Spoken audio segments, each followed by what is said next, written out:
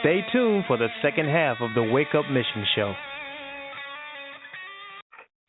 And here we are in the second half of our show. Today we are honored to have Gerald Celente. I've been following him for several years. I want to thank my friend G. Edward Griffin and my late great friend Aaron Russo for getting me to know his work.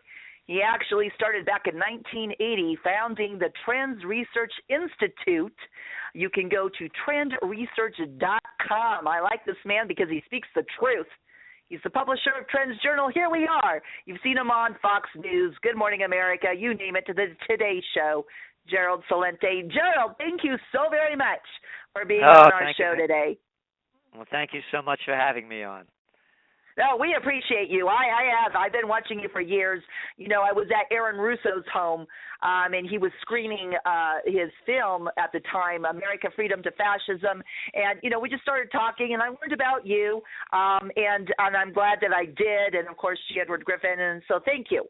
Thank you for what you do. You give good results, and you tell the truth, which we don't see a lot today. But I wanted to start out with, you recently said the following, that the trends in 2015 would be a manipulation of everything.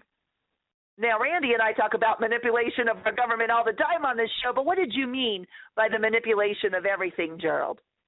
Well, actually, the story is written by Dr. Paul Craig Roberts, who, of course, you know, was the former Assistant Treasury Secretary under Ronald Reagan, and he's one of our contributors to the magazine. And what we were looking at is the grand manipulation. We started with, of course, the banking system. This isn't capitalism. People better grow up about that. It's the merger of state and corporate powers. It's fascism by definition. And bankism is the ruling elite. And these aren't just empty words, they're facts. For example, in capitalism, there's no such thing as too big to fail. So the entire system is being manipulated by the banking system in Wall Street. And you look at the numbers don't lie. When they began quantitative easing in 2009, the Dow has gone from 8,000 to now it's over around 18,000.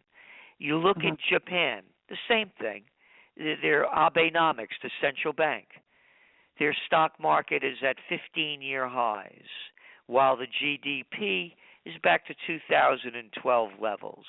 So the average person keeps losing. Matter of fact, here in the States, 95% of the wealth since quantitative easing began went to the 1%, and median household income in the USSA is now below 1999 levels.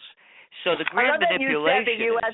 Hold on. I love, Gerald, that you said USSA, because that's what Randy and I always say. We're no longer living in a republic. So, you know, I just wanted to confirm that. And right before you came on, as you continue your thought there, Gerald, we were talking about the fact of the extremes between the billionaires in China and the poverty in China. And we just read a report out of California, where California has the most billionaires in the state and the highest poverty in the entire country. So when you talk about the 1%, you know, there you have in the widening gap. And you're correct. We haven't lived in capitalism in my entire lifetime. I've never seen it.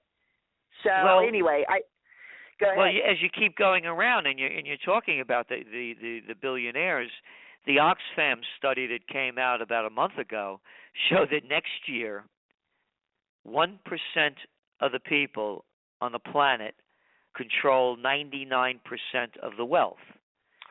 So it goes back to, and then you saw the Pew Research Center study that came out recently. It showed that the gap between the rich and the poor in the United States is back to levels that were worse than during the Gilded Age. And this is the Pew Research Center. You know, this isn't some lefty organization. And so when you're looking at the real numbers and the hard facts, they tell the story. So it goes back to the grand manipulation. Right now, we have interest rates at record lows for nearly 10 years. They have not raised interest rates. What does that mean? once upon a time, you mentioned that I began the Trends Research Institute in 1980. They used to have this quaint little thing called a savings account, and people used to put their money in the bank for retirement, and they would get an interest on that money that was greater, oftentimes with CDs much greater than the rate of inflation. Now you put your dough in the bank, and what do? You get nothing. Why? Right. Because all that cheap money goes back to why the Dow, why the Nikkei, why the European indexes are all at new highs. The reason is that the gang, they call them investors. They're not investors. They're high-stake gamblers. What they do is they borrow dough for nothing.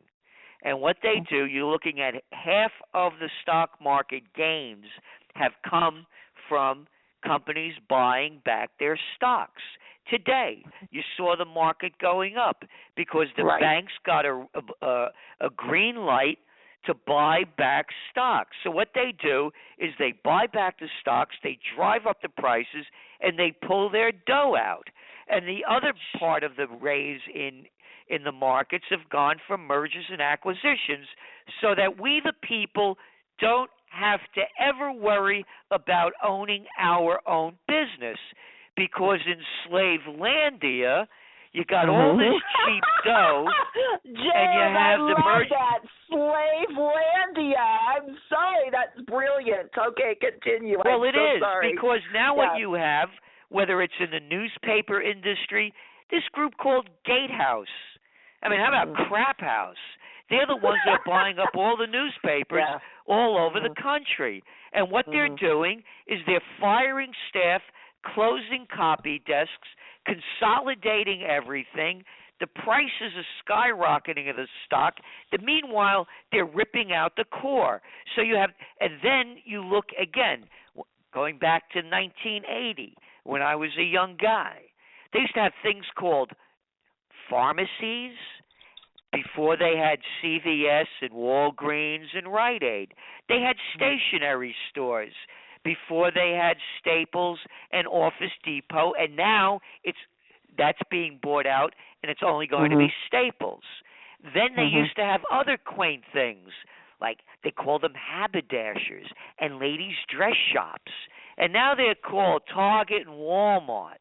It's Slavelandia. Where are you going to get a job? You can't create your own business. The politicians in this country have sold us out. Yes, they have. And you're right. And it's the road to serfdom, as F.A. Hayek so eloquently wrote about. And something else that you said is that the unemployment rate is a rigged game. And Randy and I talk about these numbers all the time on this show. They lie, and then those who are no longer in the system, they're not even counted. I want you to comment on that because, you know, we don't see a reprieve in this, Gerald, and we want to know what you're saying out there. Again, the numbers don't lie. And again, that story was written by Dr. Paul Craig Roberts, part of the manipulation. It's in finance, it's in government, it's in military, you know, it's you name it, it's across the board. So what they do is they use propaganda and phony numbers. And here, I'll give you an example. Again, current events form future trends. That's what we do. We look at the current events. So you look at the numbers that came out today. The stock market went up on the great news that for the third month in a row, retail sales are down. And that is because they said that, well, that's great. Maybe they won't raise interest rates and we keep the Ponzi scheme going. So go back to what I just said about retail sales.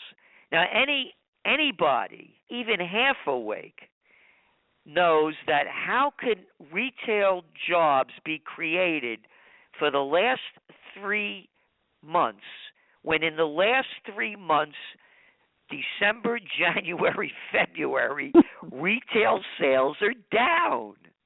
Right. When we talk about it, Randy and I mention it's, you know, when they're saying that it's up, it's because they increase their numbers. I worked in retail when I was in high school. They hire more during the holiday season, and then they fire you right afterwards after they do their inventory. And if it's a really bad Christmas season, they fire you even before that. And this was a crummy Christmas season. Yes. Again, the numbers are there. We had, I believe it was a 0.9% decline in December, if my memory serves me correct. Mm-hmm. So this is the numbers that we're looking at. So the grand manipulation, as you mentioned, once you're off the unemployment rolls, you're no longer looking, you don't count in the USSA. You're gone, right. Jack. Right. So Gerald, right. I mean, you're such a clever man, you know. And again, I do. I watch your interviews. You know, I watch your Alex Jones interviews and such. What can people do, though? I mean, it's a grim forecast. Well, what can people here's do? what you have to. I've been. You know, by the way, I began my career. I used to run political campaigns in Westchester County when it was the richest county in the United States. And I was the assistant to the Secretary of the New York State Senate, and I was a chief government affairs specialist for the chemical industry in the 70s. So I've seen a lot of it. Anyway, one of the ways I made my name in trend forecasting was in 1988, my book Trend Tracking. I predicted there'd be a new I predicted there'd be a new third party. And for some reason I mentioned Ross Perot. Yes. Yes. Right now, we have an opportunity. If people are asking what could be done, we don't have a two-party system. We have a two-family system. We got Bushes and Clintons. Oligarchy. Yeah. So now the conditions exist even greater than they did before for a two-party, for a third party. And all you have to do is look what's going on over in Spain. Out of nowhere, in a year, the Podemos party. And that now they could win an election if it was held today. In Italy, you had the Five-Star Movement, and now the Northern League, which they used to consider, you know, the Southern Italians, the Northern League didn't like them. Now they're being smart. They're playing to the austerity measures to which the Southern Italians are also suffering from. They could win an election. You look at UKIP in the UK. You look at the parties in Germany. The Syriza party in Greece, I'm not so sure about them. I think they're a sellout, but nonetheless, they won. So what I'm saying is you ask what could be done right now. Best thing that could happen is a real viable third party to get rid of the two families that are running the country. I'm going to ask you, Gerald, because I was asked to run. I ran a Constitution Party here in the state of California for governor, and we did break third-party records. But what was really fascinating to me, because I also was a Ron Paul supporter and, you know, worked and volunteered on that campaign. And the same thing I heard over and over and over again was a third party can never win. A third party can never win, so we have to keep doing the same that we're doing today. That's what people can we say. Get past that? Yeah. You know what we need? I'm a believer, by the way, that art is the way of finding the true meaning of the human spirit. And all anyone has to do is look back to the Renaissance. The Renaissance followed the Black Plague, in which some 60% of Europe was decimated. And what made the Renaissance happen was the de Medicis and other families that put the money into initiatives and creativity that brought the human spirit to a higher level. They used to say at the height of the Renaissance, alla Romana e all'antica, in the manner of the Romans and the ancients, to describe the quality of their work. Now think of that word quality and put it into context today. Quality? You go into a Walmart or a Target, it's like going into a big self-storage unit. Quality? Look at the junk that they build. Quality? Listen to the music. Quality? So what I'm saying is, something we need de Medicis. In the absence of that, people have to, and again, you know the motto of the TrendsJournal is think for yourself. I don't tell anybody what to think. I don't care what Whatever you want to think, think. You think what you want to think. Don't tell me how to think. It's an even game. Exactly. So, right. But do you see the trend? Do you believe, based on your knowledge and your experience, that in this next 2016 we could get a viable third-party candidate, or do you think it will take a whole other election cycle? Absolutely. Okay. No. The opportunity's never been better than now. That's what I'm saying. Awesome. It's never been better than now. We just need the right person. That you look at the numbers. I mean, you look at the numbers. How many people look so lowly upon Congress? What self-respecting human being could look up to a Bush or a Clinton or an Obama or a Dianne Not-So-Feinstein, a Pelosi, a little Lindsey Graham, a John Insane McCain? What self-respecting human being could look up to these people? And when you look at the numbers, not a lot.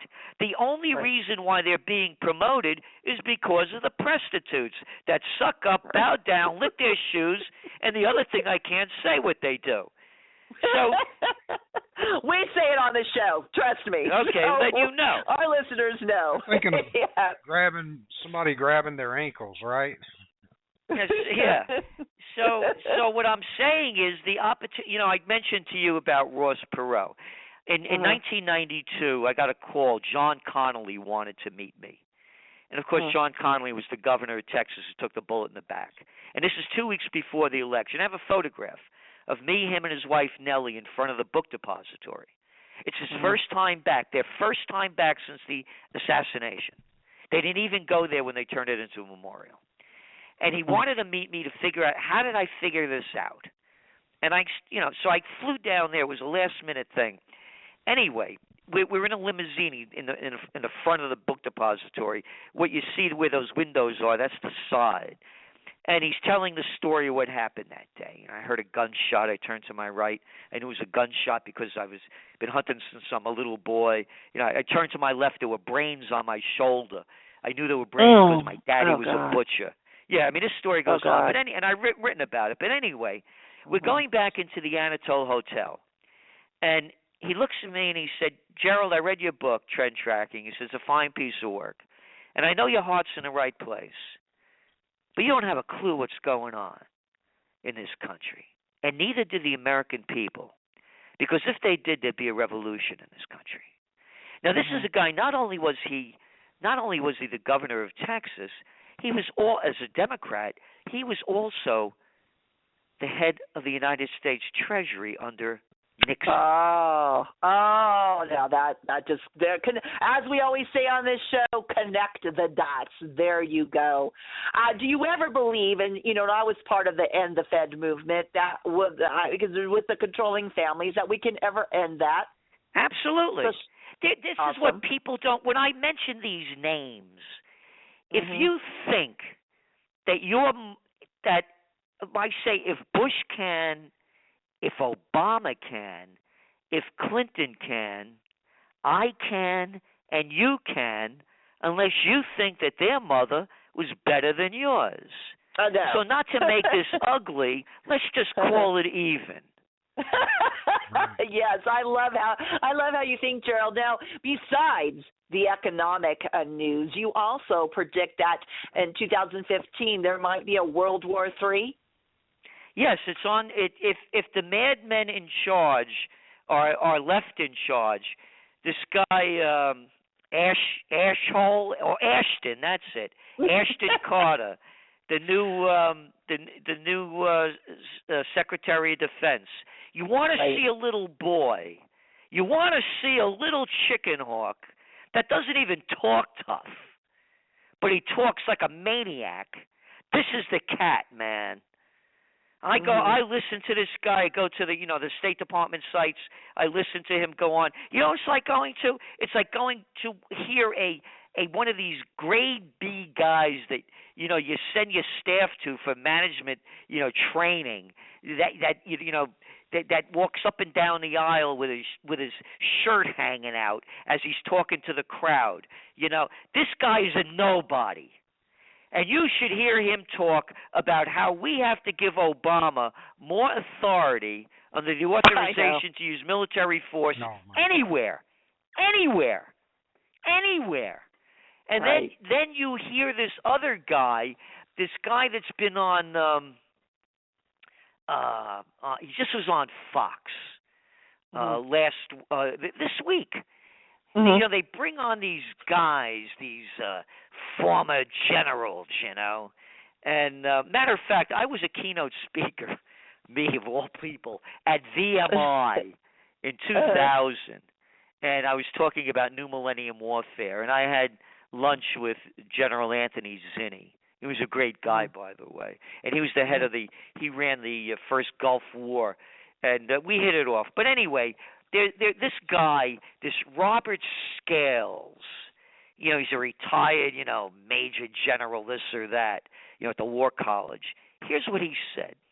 This is somebody that should be put in an insane asylum. Because if I said anything like this, people would be down my throat, boy, get this guy out of here. He's out of his mind. He's asked by Lou Dobbs about the 3,000 troops that the United States is sending into Eastern Europe. And Lou Dobbs asks him, he said, will that have any effect? And he says, quote, I think to no effect, he answered. It's a game, set, and match in Ukraine. They always use this stupid language, game, set, and match, you know. Right. The only way the U.S. can have any effect in this region and turn the tide is to start killing Russians. Killing so many Russians that even Putin's media can't hide the fact that Russians are returning to the motherland in body bags. But given the amount of support we've given to the Ukrainians, and given the ability of Ukrainians themselves to counterattack against 12,000 Russians camped in their country, sadly, that's not likely to happen. And you know, I recently, Gerald, I've been reading a lot about this, and Putin has made, of course, a lot of bold remarks against Obama, apparently trying not to be part of the New World Order. And I read, surprisingly enough, and just because I don't watch Fox News, I have to say, I like Lou Dobbs, though. Lou Dobbs is a nice guy. But I don't like propaganda, which, you know, the mainstream media mostly gives. But I did read in alternative news that we were going to start seeing a lot of bashing against Putin. And so you think that's where the World War will start? Well, listen, I mean, look what this guy's saying. Yeah. He's saying more body bags. That's what we have to do is kill Russians. Yeah. What if the Russians said we have to get the Americans out of there? We'll get the Americans out of there if we kill more Americans. Oh, my God. Then you would hear it all over the media. Right. Absolutely. So your predictions, any good predictions for 2015? As I was saying, that the good predictions are that right now the opportunity to change it has never been better. Awesome. And to me, again, what's missing in the element that I believe in, you know, being an Italian, you know, as I say, you know, my heart is my blood is Italian, but my heart's American. I could never be me if I was born anywhere else. And so when my mom was Italian. Last name Belby. Ah, there you go. So and then when people say to me, you. Yeah, when people say to me, you know, Mr. Celente, you should tone it down a little bit. I say, listen, let me get this straight in your head. My blood's Napolitano, and I was born in the Bronx. What do you expect? You know, anybody that knows, you know, you put the two together. You don't have to be even Ashton could figure that one out. But anyway, going back to it, to me, art has to play an element in this. Because, again, to me, art is the way of finding the true meaning of the human spirit. And art is the antidote. Art and beauty are the antidote to fear. And that, to me, is what's missing. Yes. We were just talking about balance on this show, and we're going to start having a show on Friday, Gerald, where we play some art because we've been far too political. And so anyway, Randy, I know Gerald only had a limited time with us, so do you have any questions before we have to send this great man off to his next appointment? Well, Gerald, I like your optimism. I wish I could share it. With the elections coming up, it's not like tomorrow, but we all know when they're coming up. And I would like to see other parties. But when you mentioned, the names of the families, do you think that these elections are rigged? Because with the low approval ratings that they're all getting, the same ass clowns keep ending up in office. Well, of course it's rigged. It's the Bloods and the Crips, the murderers and the thieves. They're running the show. Yeah. So it's rigged. But I'm saying the opportunity is now, and it's up to us. People say, what can I do personally? Well, to me, again, this is only what I believe. I'm not telling anybody what they should do. To me, you have to get in shape, physically, emotionally, and spiritually. And I don't mean spiritually by the religious sense. I mean in a much I have a definition for hell.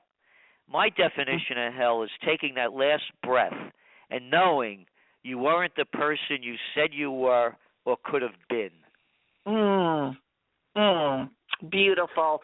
Gerald, I know you have to go, and Zeke made sure that we had to get you out of here on time because I know you're a busy man. It's just been an honor. We thank you. You can come back to this show anytime.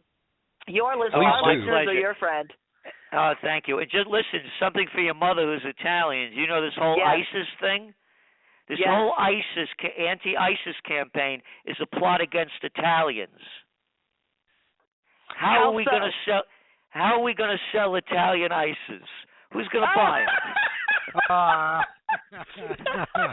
Thank you. Okay. Thank you. Take care Thank you, Gerald.